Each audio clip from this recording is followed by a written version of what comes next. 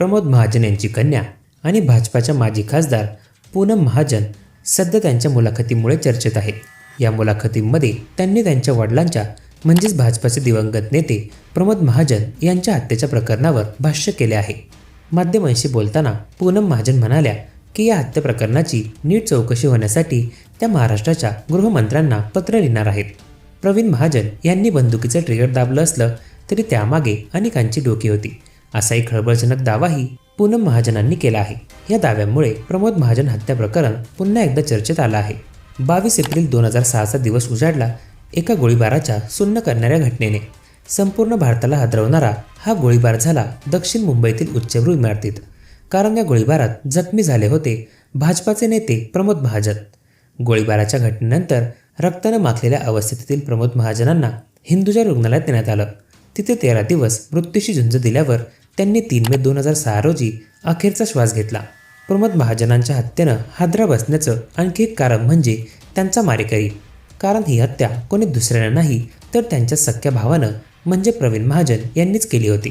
हत्येच्या दिवशी नेमकं काय काय घडलं, या हत्येमागचं कारण काय होतं, कोर्टात काय घडलं आणि प्रवीण महाजनांनी प्रमोद महाजनांना केलेला तो मेसेज हत्येचा संकेत होता का, अशा साऱ्या प्रश्नांची उत्तरं आपण आज या व्हिडिओतून जाणून घेणार आहोत. तर पाहूयात की हत्येच्या दिवशी नेमकं काय घडलं. दिवस होता 22 एप्रिल 2006, वार शनिवार. सकाळचे 7:30 वाजले होते. भाजप नेते प्रमोद महाजन मुंबईतील वरळी परिसरातल्या पूर्णा निवासस्थानी होते. हातात पेपर आणि समोर चहाचा कप. समोरच्या टीव्हीवर बातम्या सुरू होत्या. महाजन कुटुंबियांसाठी ही सकाळ सामान्य दिवसाप्रमाणेच होती. महाजनांना त्या दिवशी कोणी मोठा नेता किंवा कार्यकर्ते भेटायला येणार नव्हते. त्यामुळे पांढरा कुर्ता घातलेले महाजन दिवसाची नेहमीप्रमाणे सुरुवात करण्याच्या तयारीत होते. तेवढ्यात दरवाजाची बेल वाजली. त्यांचे छोटे बंधू प्रवीण महाजन समोर उभे होते. जीन्स आणि टी शर्ट घातलेले प्रवीण महाजन आत आले. बहुधा प्रमोद महाजन यांना याची कल्पना नसावी, कारण प्रवीण महाजन फारसे प्रमोद महाजन यांच्या घरी येत नसत. प्रमोद महाजनांनी विचारलं, तू इथे कसा? प्रवीण महाजन सोफ्यावर बसले आणि त्यांनी तक्रारींचा पाढा वाचण्यास सुरुवात केली.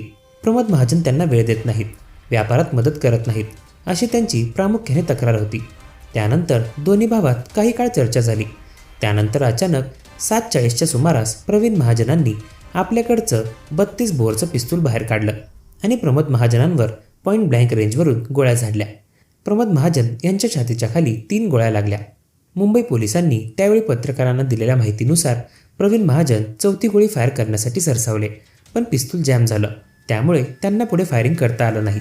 त्यांच्या पिस्तुलात 9 बुलेट्स होत्या. पूर्ण इमारतीत एकच हाकार उडला आणि धावपळ सुरू झाली. रेखा महाजन यांनी मदतीसाठी गोपीनाथ मुंडेंच्या घरी धाव घेतली. मुंडे याच इमारतीत 12व्या मजल्यावर राहत होते. मुंडे धावतच महाजन यांच्या घरी पोहोचले. त्या दिवशी काय झालं होतं याबाबत प्रमोद महाजन यांच्या पत्नी रेखा महाजन यांनी कोर्टात साक्ष दिली होती. त्या म्हणाल्या, मी बेडरूममध्ये असताना गोळ्यांचा आवाज ऐकला. मी बाहेर आले.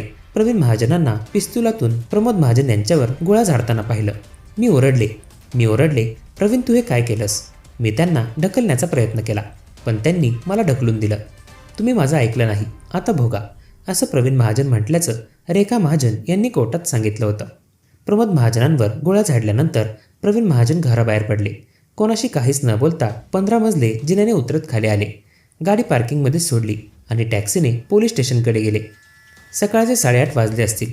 नाईट शिफ्टवर असलेले वरळी पोलीस स्टेशनचे कर्मचारी ड्युटी संपून घरी जाण्याच्या तयारीत होते. तेवढ्यातच हातात पिस्तूल घेऊन प्रवीण महाजन शांतपणे चालत पोलीस स्टेशनमध्ये पोहोचले. त्यांनी पिस्तुलासह सरेंडर केलं. मी प्रमोद महाजनांवर गोळ्या झाडल्यात, असं त्यांनी उपस्थित अधिकाऱ्यांना मराठीत सांगितलं. ड्युटीवरील पोलिसांचा विश्वासच बसला नाही, कारण प्रवीण महाजन कोणालाच फारसे माहीत नव्हते. प्रवीण महाजन यांना ताब्यात घेऊन पोलिसांनी प्रमोद महाजनांच्या घरी धाव घेतली. प्रमोद महाजन जबर जखमी झाले होते. त्यांना रुग्णालयात दाखल करण्यासाठी धावपळ सुरू झाली. गोपीनाथ मुंडेंनी त्याच इमारतीत राहणारे डॉक्टर विजय बंग यांना फोन केला. माध्यमांशी बोलताना डॉक्टर बंग म्हणाले होते, मी पोहोचलो तेव्हा प्रमोद महाजन यांना खुर्चीवर बसवण्यात आलं होतं. त्यांचा रक्तदाब खूप कमी होता. शरीरात रक्तस्राव सुरू झाला असावा. गोपीनाथ मुंडे आणि रेखा महाजन यांनी प्रमोद महाजनांना हिंदुजा रुग्णालयात दाखल केलं. प्रमोद महाजन भाजपाचे मोठे नेते होते, त्यामुळे डॉक्टरांनी तातडीने उपचार सुरू केले. कोर्टात साक्ष देताना रेखा महाजन पुढे म्हणाल्या होत्या की रुग्णालयात नेताना प्रमोद महाजन शुद्धीवर होते. ते गोपीनाथ मुंडे यांना म्हणाले, मी असं काय केलं होतं की प्रवीणने माझ्यावर गोळ्या झाडल्या?